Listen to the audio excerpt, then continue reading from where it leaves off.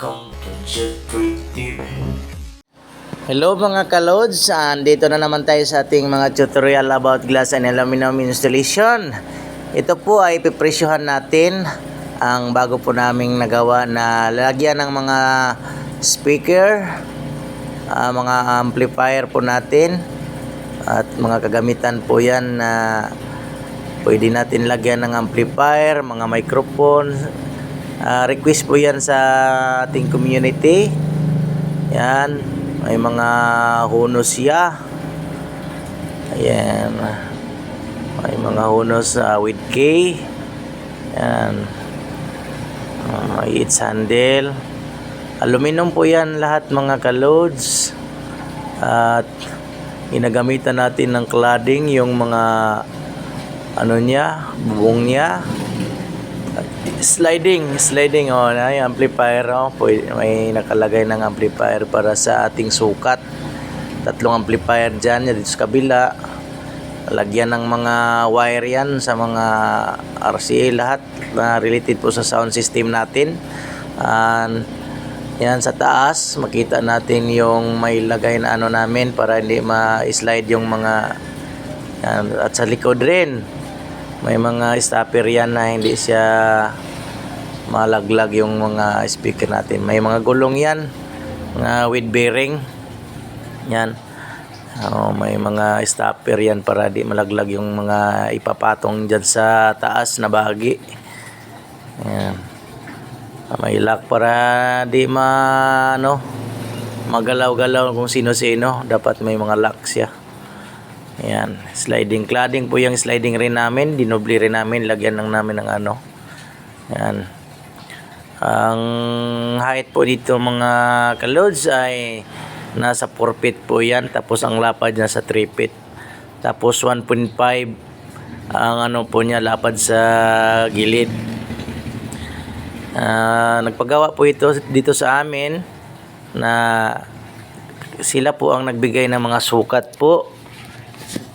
Pinadalhan lang kami ng isang amplifier na ayon po sa laki para may sample naman para hindi magka balik-balik yung paggawa. At yan po, kung mayroon pong magpagawa dyan, pwede kayo mag-comment po sa ating comment section. At kung dito lang po sa atin sa poblasyon, kung magpagawa kayo, depende po sa design na gusto nyo. Depende po sa ano po. Pag magbigay kayo ng mga design, kung anong design, di pa namin kaagad mabigay yung quotation, ay ano po namin, quotationan po pa namin kung anong mga design na gusto nyo. Kasi nagdepende yan sa design. Kung medyo kote, mahirap, matatagalan tayo sa sa labor natin. Kung simple lang design, mas madali yung paggawa, ay medyo hindi naman po mataas yung presyo niya. Sa ngayon nga, itong ginawa namin, sa kanila yung lahat na mga design nga gusto, ganitong kalalabasan, yun ginawa namin. Tapos sa ganitong kalaki, ibigay ko sa inyo ang presyo kung magkano itong ganito kalaki. Gamit namin ang cladding aluminum PC white frame at saka 2x2 na 1x2 na aluminum at saka 1x1 ang ginawa namin, at heavy duty na slider po sa ating kaha. Ang presyo po ito sa aming mga materials lahat ay nagkakalaga ng humigit kumulang ng 12K. Hindi pa kasama yung labor niya. Ang labor niya nasa 4 na araw kasi medyo kuti ito.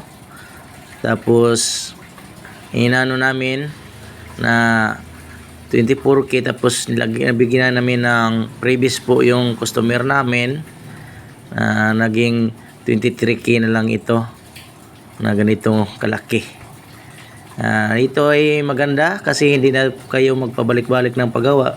Hindi na po ito kakalawangin, hindi po ito hinang-anay. kasi aluminum po ito at saka mga heavy duty. Tapos may warranty po ito ng 1 year warranty sa amin na libre kung anong masisira niya. Hindi madali ito masira kasi po ang gulong niya ay may bearing. Kaya kung sino mang gusto magpagawa ay open ng aming sa The Servant Glass yung namin FB page. At kung sino mang hindi po naka-subscribe, pwedeng makipindot ng bell button natin dyan at magtanong kayo sa ating comment section para masagot natin. Maraming salamat mga kalod sa panonood sa ating mga tutorial about glass and aluminum at sa mga presyo. God bless everyone. Thank you for watching.